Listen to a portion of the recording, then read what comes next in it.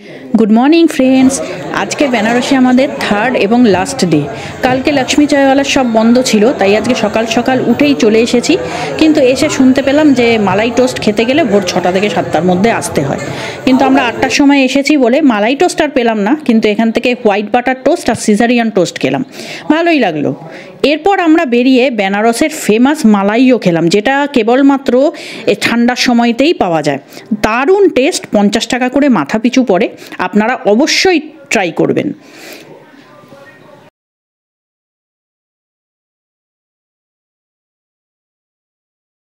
এরপর আমরা আসলাম বিশ্বনাথ টেম্পলের 4 নম্বর গেটের পাশেই মণিকর্ণিকা ঘাটের গলিতে। এখানেই শ্মশানে যাবার রাস্তায় গলির মধ্যে বেনারসের আরেকটি ফেমাস ফুড ব্লু লস্যি শপের লস্যির যে এত ভ্যারাইটি হতে পারে এখানে না আসলে আমরা জানতেই পারতাম না। রেঞ্জও 80 থেকে 150-র মধ্যে পড়ে। তো আমাদের দারুণ লেগেছে এই লস্যিটা। লস্যি খাওয়ার পর এই গলিটা দিয়েই হাঁটতে হাঁটতে আমরা একদম চলে আসলাম মণিকর্ণিকা ঘাটে। এটা একটা খুব পবিত্র শ্মশান এবং এখানে এসে আমরা মণিকর্ণিকা কুণ্ডও দেখলাম, যেটা নাকি স্বয়ং বিষ্ণু নিজের হাতে তৈরি করেছিলেন। যে মন্দিরটা আপনাদের দেখালাম এটা রত্নেশ্বর মহাদেবের মন্দির ছিল।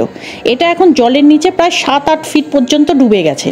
আগে এখানে পূজা করা হতো, কিন্তু এখন এর পাশেই একটা নতুন মন্দিরে পূজা করা হয়। এবার বন্ধুরা আমরা এখান থেকে বেরিয়ে গধুলিয়া চকে যাব। ওখান থেকে একটা অটো হায়ার করে আমরা সাইট সিন করব। তো চলুন এবার যাওয়া যাক। বন্ধুরা আমরা একটা অটো হায়ার করলাম সারাদিনের জন্য 1500 টাকা দিয়ে। এখন আমরা প্রথমেই যাব ভারত মাতার মন্দিরে, কিন্তু তার আগে আমরা যাব বেনারসের বিখ্যাত বেনারসি পানের দোকান কেশব তাম্বুল ভান্ডার, যেখানে কিনা স্বয়ং মোদিজি আসলেও সেখানেই পান খান। একটা পানের দাম 40 টাকা। এই দেখুন, এটা হচ্ছে ভারত মাতার মন্দির। ভারতবর্ষের অন্য কোথাও ভারত মাতার মন্দির নেই। এখানে অবিভক্ত ভারতের ম্যাপ আছে, মার্বেল পাথর দিয়ে তৈরি। এটা স্বাধীনতা সংগ্রামী শিবপ্রসাদ গুপ্তা বানিয়েছিলেন এবং মহাত্মা গান্ধী 1936 খ্রিস্টাব্দে এটার ইনঅগোরেশন করেন।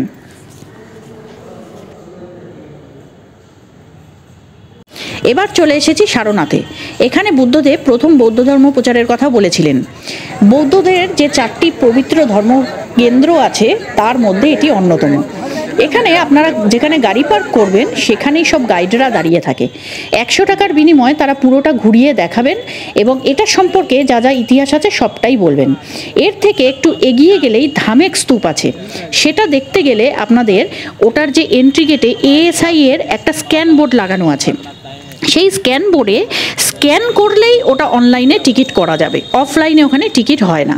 এবং এটার ভেতরে একটা মিউজিয়ামও আছে, সেটাও ASI এর যে স্ক্যান করে সেখান থেকে টিকিট করতে হবে।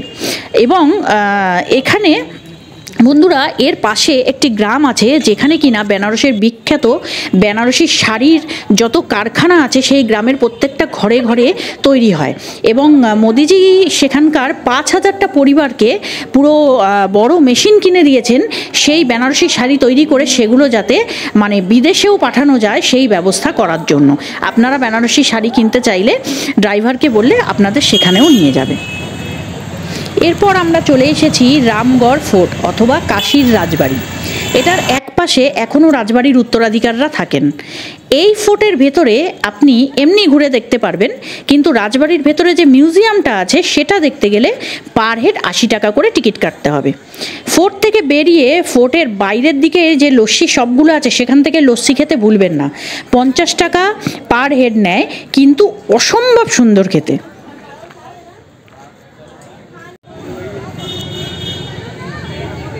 বন্ধুরা এবার আমরা চলে এসেছি বেনারস হিন্দু ইউনিভার্সিটির ভিতরে বিড়লা টেম্পল দেখার জন্য। এখানে আসার আগে আমরা সংকটমোচন টেম্পলেও গেছিলাম, কিন্তু ওখানে মোবাইল অ্যালাউড নয় বলে আপনাদেরকে দেখাতে পারিনি। আপনারা সংকটমোচন টেম্পলের ভিতর থেকে প্রসাদ অবশ্যই কিনবেন, স্পেশালি লাল পেড়া। যাই হোক, এই BHU ক্যাম্পাসটা বিশাল বড়। যেহেতু এশিয়ার সবথেকে বড় আবাসিক ইউনিভার্সিটি, তাই ইন্ডিয়া তথা ইন্ডিয়ার বাইরে থেকেও বহু ছাত্রছাত্রীরা বিভিন্ন বিষয়ে এখানে পড়তে আসে। এখন বিড়লা টেম্পলের ভেতরে যাব। খুব সুন্দর এই মন্দিরটি। এটাকে Kashi Vishwanath temple or new Vishwanath টেম্পলও বলা হয়।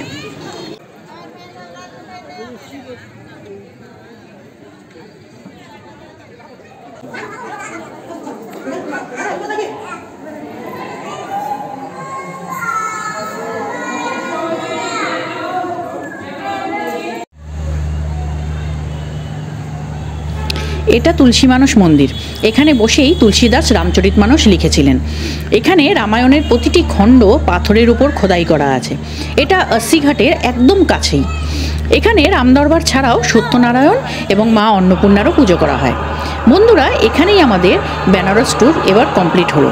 অনেক কিছু বাকি থেকে গেল, এখানকার অনেক ফেমাস খাবার আপনাদের সামনে নিয়ে আসতে পারলাম না, তবে পুরোটাই ডেসক্রিপশন বক্সে দেওয়া থাকবে।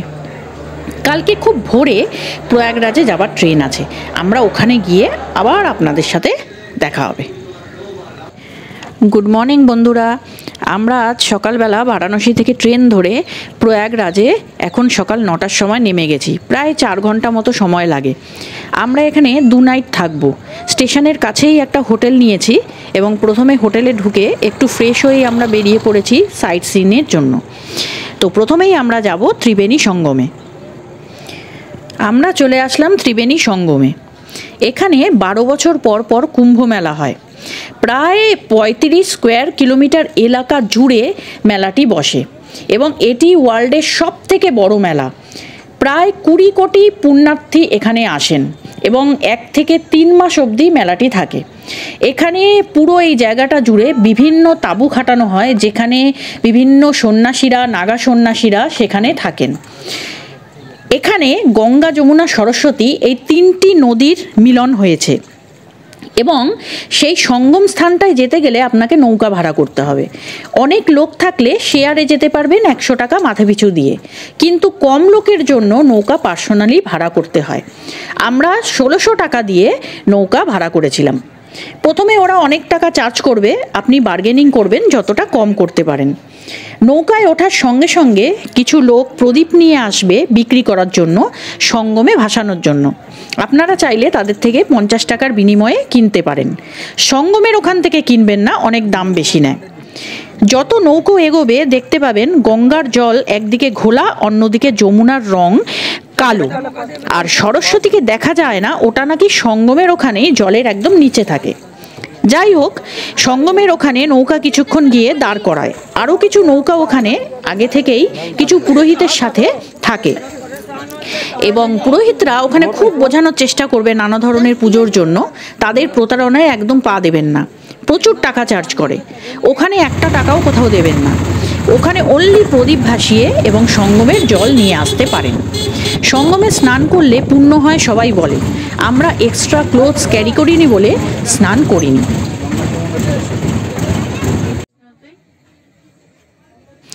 এবার আমরা এসেছি ত্রিবেণী ঘাটের কাছেই আকবর ফোর্টে।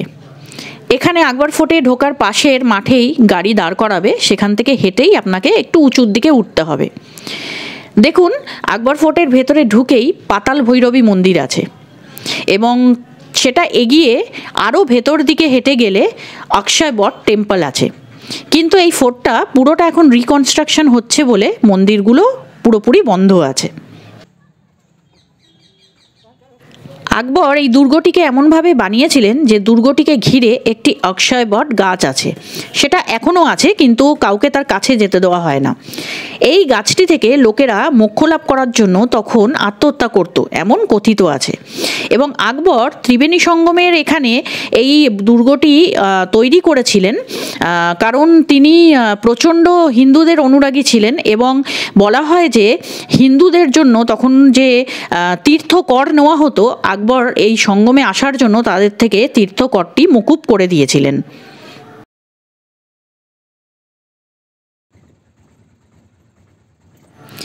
আজকে আমরা আর কোথাও যাব না, সোজা হোটেলে চলে যাব, কারণ কালকে আমাদের সকাল সকাল বেরোতে হবে অযোধ্যায় যাওয়ার জন্য। তো কালকে আবার অযোধ্যায় গিয়ে ওখানে আপনাদেরকে পুরোটা দেখাবো। এখন আমরা যাচ্ছি অযোধ্যায়। এখান থেকে অযোধ্যায় যাওয়া আসা মিলিয়ে প্রায় 8 ঘন্টা মতো লেগে যায়।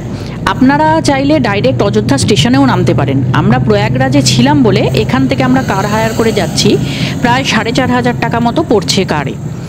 তো এই রাস্তাটা দিয়ে বেনারস ডাইরেক্ট যাওয়া যায়। প্রয়াগে যখন কুম্ভ মেলা হয় তখন এই হাইওয়ের চারপাশেও প্রচুর পুণ্যার্থীরা টেন্ট খাটিয়ে থেকে যান, এত ভিড় হয় ত্রিবেণী সঙ্গমে। এখানকার রাস্তাঘাট খুব ভালো ও পরিষ্কার পরিচ্ছন্ন। অযোধ্যার যাওয়া এই রাস্তাটা খুব চওড়াও করে দিয়েছে এবং বিশাল বড় এরিয়া নিয়ে অযোধ্যার রাম মন্দির নির্মাণ করার কর্মযজ্ঞ চলছে। খুব শীঘ্রই 22শে জানুয়ারি রাম মন্দির ওপেন হতে চলেছে। প্রথমেই আমরা যেখানে আসলাম এটা হচ্ছে রাম মন্দিরের কর্মশালা, যেখানে রাম মন্দিরে যেসব পাথরের কাজ হচ্ছে, পাথরের স্তম্ভ, পাথরের মূর্তি, সেগুলো সব এখানে রাখা আছে। এখানে বিভিন্ন কারিগররা সেগুলো খোদাই করে বানাচ্ছেন। এই পাথরগুলো এসেছে রাজস্থান থেকে। এখানে রাম মন্দিরের মিনি একটা মডেলও রাখা আছে।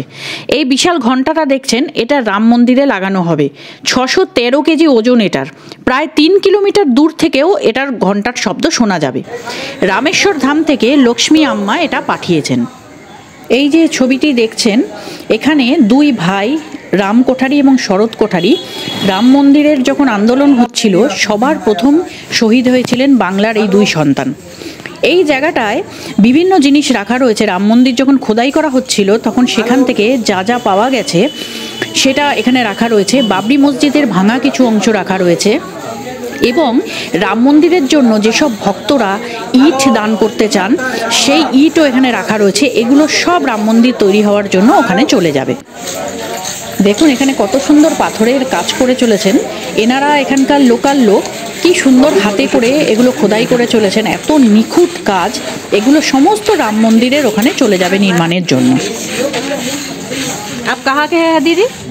हम यहीं के हैं। यही के हैं? यहीं के रहने वाले लोग हैं।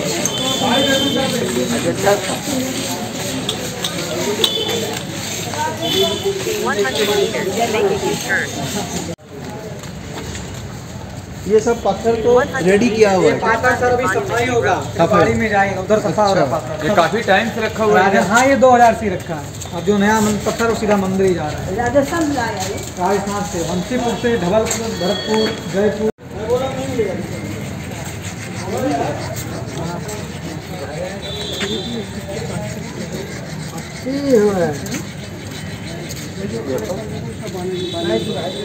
এরপর আমরা চলে আসলাম রাম দরবার বা সীতার রসুইতে, যেখানে রাম ও সীতা 13 বছর সংসার করেছিলেন। এখানে প্রতিদিন সকাল থেকে হাজার হাজার দর্শনার্থীদের ভান্ডারাতে বিনামূল্যে ভোগ প্রদান করা হয়। এখানে বাইরে থেকে পুজোর ডালা কিনে আপনি ভেতরে পুজো দিতে পারেন, আর আপনারা চাইলে এই মন্দিরের ডোনেশনও দিতে পারেন।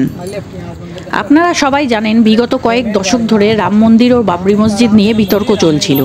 অবশেষে রাম মন্দির নির্মাণ হচ্ছে, এখনও কাজ চলছে। আচ্ছা, রাম মন্দিরের বাইরে যে কার পার্কিং এরিয়াটা আছে সেখানে আমাদের গাড়ি রেখে সেখান থেকে একটা টোটো ভাড়া করে রাম মন্দিরের পিছনের গেট অবধি চলে আসলাম। যেহেতু মন্দিরের সামনের গেটটা এই কাজের জন্য বন্ধ করা আছে। রাম মন্দিরের ভিতরে যে অফিস আছে সেখানে মোবাইল জমা রাখতে হয়, আধার কার্ডও দেখাতে হয়, তাই অবশ্যই আধার কার্ড ক্যারি করবেন। আর যারা হুইল চেয়ার করবেন তারা ওই অফিস থেকেই 100 টাকার বিনিময়ে হুইল চেয়ার করবেন। বাইরের কোথাও থেকে হুইল চেয়ার নিলে অনেক বেশি চার্জ করবে। ধর্মীয় মান্যতা অনুযায়ী রাম মন্দিরে আসার আগে হনুমান গড়িতে পুজো দিতে হয়।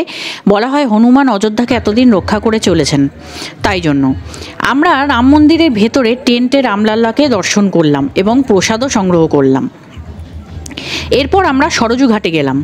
এখানে আপনারা আরও কিছু জায়গা দর্শন করতে পারেন, যেমন দশরথ মহল, কনক ভবন, যেটা কৈকেয়ী সীতার বিয়েতে সীতাকে উপহার দিয়েছিলেন, পুরো সোনার নির্মিত ছিল। এছাড়াও রামঘাট, গুপ্তার ঘাট, এই জায়গাগুলোতেও আপনারা যেতে পারেন।